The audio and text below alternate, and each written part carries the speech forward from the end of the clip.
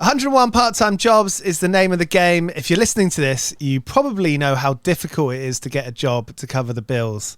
Indeed Flex is a simple app that covers that with temporary and flexible work available when you need it. I spent my whole 20s going job to job, feeling guilty when I left a role to go traveling or playing music. I did retail, delivery driving, bar work. It took me years to realize that feeling of guilt wasn't necessary.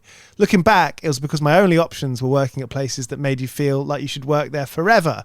Indeed Flex is designed for people looking for temporary and flexible work that fits around their schedule. You just download the app, have a quick interview, and you're ready to go.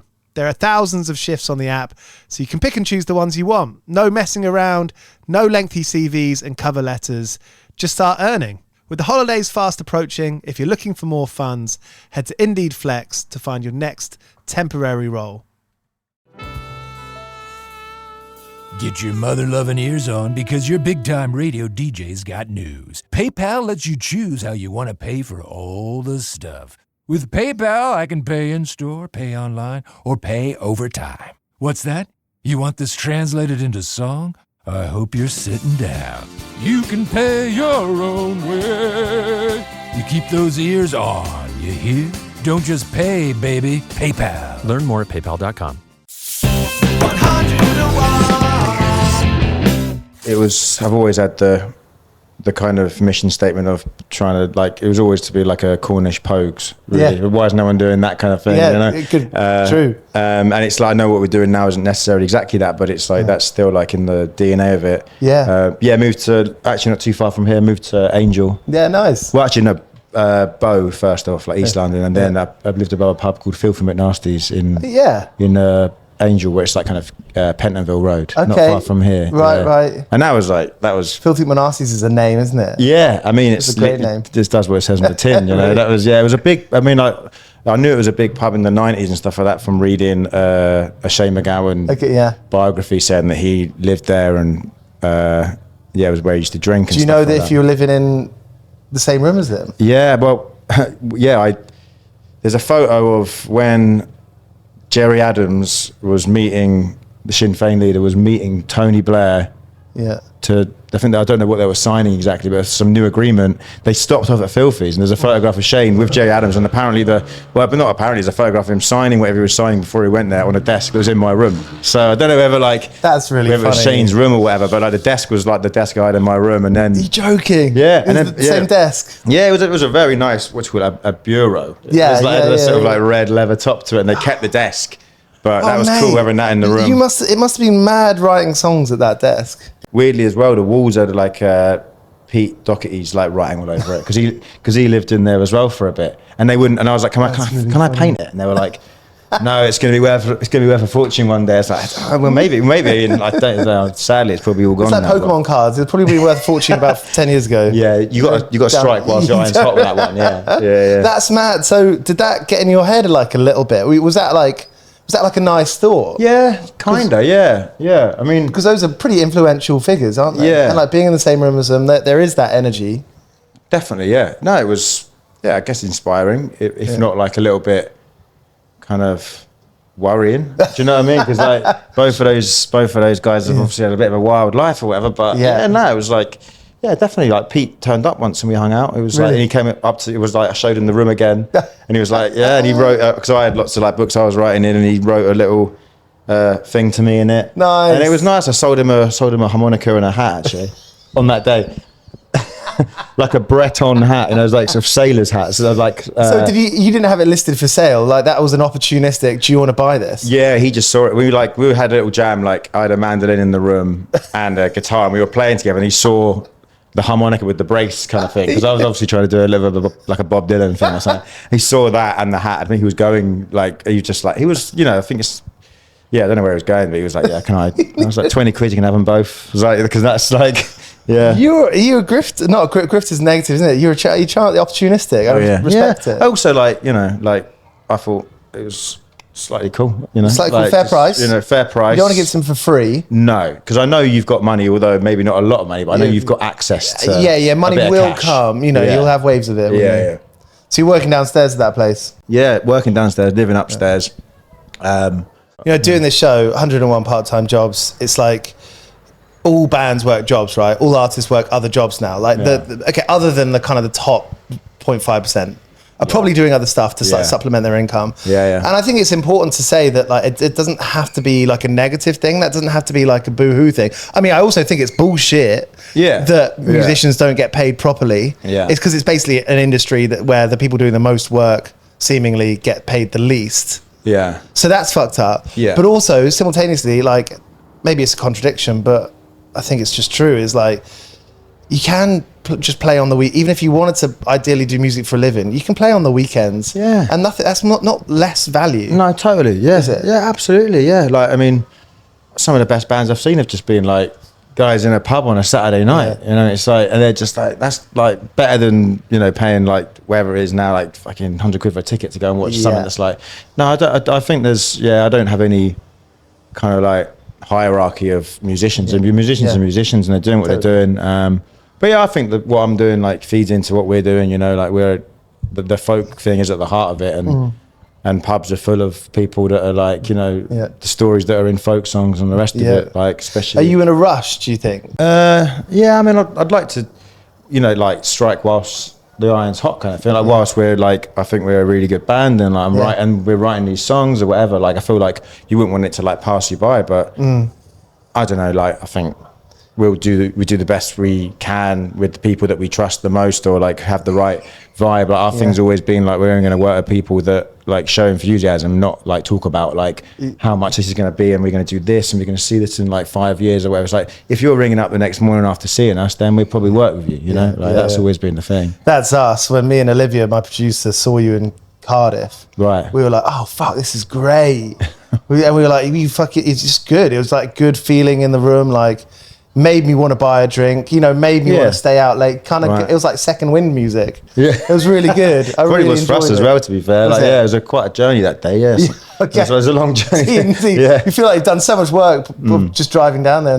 Well, we got a train in the end, but but which was a nightmare because there was like something. All the trains were cancelled out of London for a long time, so we were like nearly cancelling, and then we were like, no, we're going to be there, and then it was all good. Yeah, that was a fun gig. I suppose with gigs like that, you don't really have any expectations, or like you don't know what to expect at all, because especially at a festival, you don't know who's going to be there at a festival. Especially like we, you know, with those kind of like inner city festivals, there's lots going on at the same time. So unless someone's chosen to come and see you, they might necessarily be there. So we're like, you got to be prepared to just be like, this could be just playing to like your engineer at the front. Kind of thing. But I should shout out soon SWN Festival, which is the one we're talking about. It's such a great festival because I'd known of maybe like, realistically like 10 names, 15 names in the lineup out of 80. And every one I saw was good. Like, so there is loads and loads of good music out there that we don't know about, that people don't know about yet. 100%. I mean, and also with that festival, I really liked it because you could kind of like wander between gigs and it wasn't too, it was down busy. The high street. It was busy, but it wasn't like you got to like, oh, we got better go over there and start queuing for so-and-so, whatever. It was less lanyards and more just people going to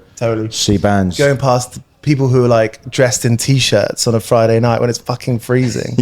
Love that. Saw a little touch of that. I've never actually seen, we had to leave afterwards, but I'd like to have seen Cardiff in full swing on a Friday night. Would have been good, I think.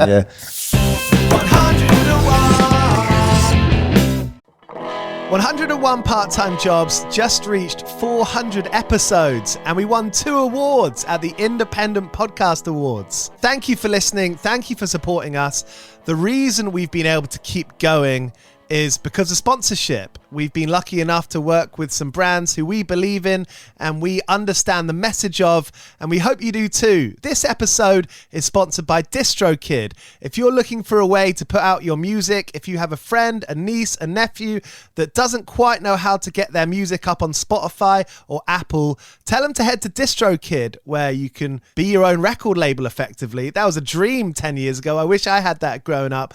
But for an affordable price, you can go on DistroKid. Head to distrokid.com/VIP/101pod to get 30% off your running costs there for the first year. So if you've made a record and you're not quite sure what you wanted to do with it, you can head to DistroKid and release it yourself. distrokid.com/VIP/101pod for 30% off your first year. Right now, we'll get back to the episode.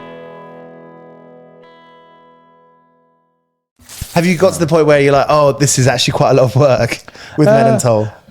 Well, not really, no. That's good. No, not at all. Like, yeah, I mean, like, work is doing relatively stress-free. Yeah, I mean, like, work, I think we've all got, like, obviously got other jobs, and that's work, do you know what I mean? Like, working, like closing the pub every night for a week or something like that, and whilst doing the music stuff, that starts to feel like work. But the music stuff, cleaning up. Yeah, at the end of the night, that's my work. Well, it's like having a party every night at your house. Do you know what I mean? And you got to like. It's like doing the bins times 10 every day. Yeah. No, it's the worst. Yeah, and you've also got to do your like best job at the end of the night. Whatever job is there where you've got to be most switched on at midnight. Whereas like you start at 5, it's like you kind of just like ease into it. But yeah, that's the work. Do you think you'll work in pubs like for a long time? Can you see yourself like being a landlord? Yeah, me and like mates have always like, half joked about it'd be nice to have a pub. Like I'd love to. Yeah, I love pubs. Like I do think they're like, without sounding too like wanky about it, I think they're like really important. And like totally. And a lot of pubs, like good pubs, become really shit. Do you know what I mean? Through like new owners and turning into what they think is the best way of making money, rather than being a sort of like communal space kind of thing. Yeah. But I was just thinking about the flow of a pub. I was up in Newcastle and I went to the Lowlights in Whitley Bay or North Shields, and it's just like the flow of the pub was great. Right, really, yeah. I had like 7 pints, 4%ers. I'm not that hard. That's all right. Seven was still a good shout. It was a good sesh. Yeah. And just the flow of the pub was good. People coming in, coming out. Yeah. Me and my mate were just stayed in the same place the whole time. Brilliant. And it was just like, this is a good pub. Yeah. There should be more of them. Yeah. A good pub. Sometimes you don't know exactly what makes it. Obviously, a snug is good. Yeah. If there's a snug, that's a snug is nice. Good sign. Yeah. London, I mean, there's a few that are really great, like Skians around where where I live is really nice. There's a pub near like Brockley kind of way called the General Napier. Okay. Which is like no one knows about. I live in Deptford. Okay. So I'm not sure what the name of the street is. It's kind of like back streets, Brockley to walk down that kind of way. All right, that's good to know. I'm going to look that up. Yeah, it's one of those things that you feel like I don't want to say too much. Yeah, like, you can actually. It's like good darts in there. They've got karaoke on a Saturday. What? Yeah. That's good, isn't it? It's a treasure. Yeah. Well, I'll give you a couple of tips. There's Big John's Biltong Bar on Deptford High Street. Which is good. Yeah. Just opposite Lucky Anchor. That is nice. Lucky Anchor's nice. Is that new? Is that the one that's like lots of like German and Bavarian beers and that? Yeah, I was in there not too long ago actually. It's a nice smoking area at the back. Yes, yeah. Dog and Bell's nice, but it's a lot of young professionals now. I feel quite poor when I go there. Yeah, I feel like it's the most beautiful, one of the most beautiful pubs in London, but also now it's like, there'll be time out pub beer. They're the new Skians. Yeah, they are. To be fair, I say Skians, I've not been in Skians for over a year. It's quite busy. It's good. Yeah, no. Hey, lovely to meet. Just to end with, I'm a big fan of like the work gaff, like the work fuck up. And I feel like if you're working jobs between band stuff and tour stuff, you end up sort of just making mistakes because your brain's not really in it. You're looking at your phone because you need to sort something out. You miss the detail and you fuck it up. I wonder if you've got any work gaffes or like memorable work fuck ups you could offer me up right now. There's loads. There's definitely loads, but I've maybe selective memory of like chosen to bury a lot of them. I don't know. There is a middle ground there where it's like, well, so I don't want to get fired. You know? Don't want to get fired. Also, the statute of limitations maybe isn't there on some of them. I fucked up my knee pretty bad taking a delivery of like kegs. Ooh.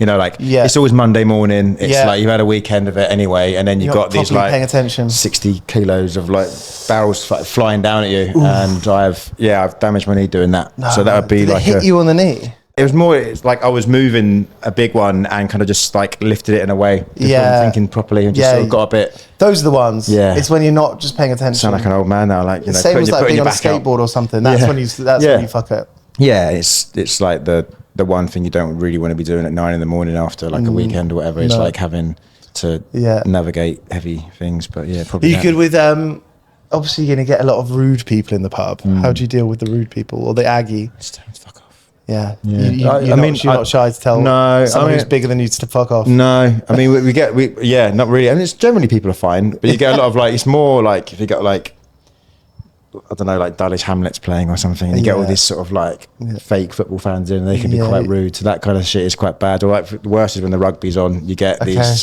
get guys that I don't know, rugby's the people that come in with that, and you have to sort of like rein them in a polite way, just rein them back a little bit. You can't. by the way, you can't just be clicking your fingers or like waving your phone's a new one. You're like, you know, like, because there's like the screen's light. So, because no one's got cash anymore. It used to be like waving like. So they're cash. showing their Google Wallet. Well, yeah, but or just their background of their like, I don't know, their dog or their cat. They whip it in a puffer jacket or something, you know, around there. But yeah, they're just like waving their phone. Yeah, exactly. That's a new one. So I'll pull people up and tell them in a polite way. Do you know what I mean? And also, if people are rude to like people I'm working with, like it's not customers always right, because some people are really bad, you know. And it's like, you know, you can't do that in a polite way. Of course, at first, like you can't do that. Yeah. Respect. I always think it's really. I think it's quite difficult to do that. Actually, I mean, you got to learn to do it. Did you feel like you learned to do it? Yeah, probably just from like being around it. Yeah, being around it. Yeah. Well, appreciate the chat. Good stuff. Been lovely chatting. Yeah. And like, you know, it's always the classic question, but it's like looking forward to like the full album. You know. The album. Yeah. Is that something that you think about a little bit? Yeah, a little bit. Like in your mind. It's in my mind because we're like trying to write the songs now. Do you know what I mean? And get the songs together. But we've got they're coming. And what the next step will be is on my mind a little bit, but we've had a good year. You know, I mean, we've got the like last gig of the year coming up, and that's where's that? The Lexington, which is like right near the pub where I like the song like NW1 we've got is like basically written around that time living in that pub. So it's like a bit of a like feels like a weird sort of homecoming, because I used to watch bands play there and be like, oh, that'd be great to do this. So totally. 2nd of December we're doing that. So yeah. And Lexington is like it doesn't really shout at you that it's an independent. No, but it is. Yeah, you know that's quite actually rare in London to have something like that. It's also it's got the late license. Yeah, I used to go in there when I finished. Well, I worked at the pub in the Miller in London Bridge. Oh right, yeah. And I'd finish at like 1, and I'd just get back in time for like 2 a.m. I think it closed at 3. So I'd always like end up like meeting some weird people at the Lexington, loving that. Yeah. No, I agree. It's like that's where we used to go after we would lock up.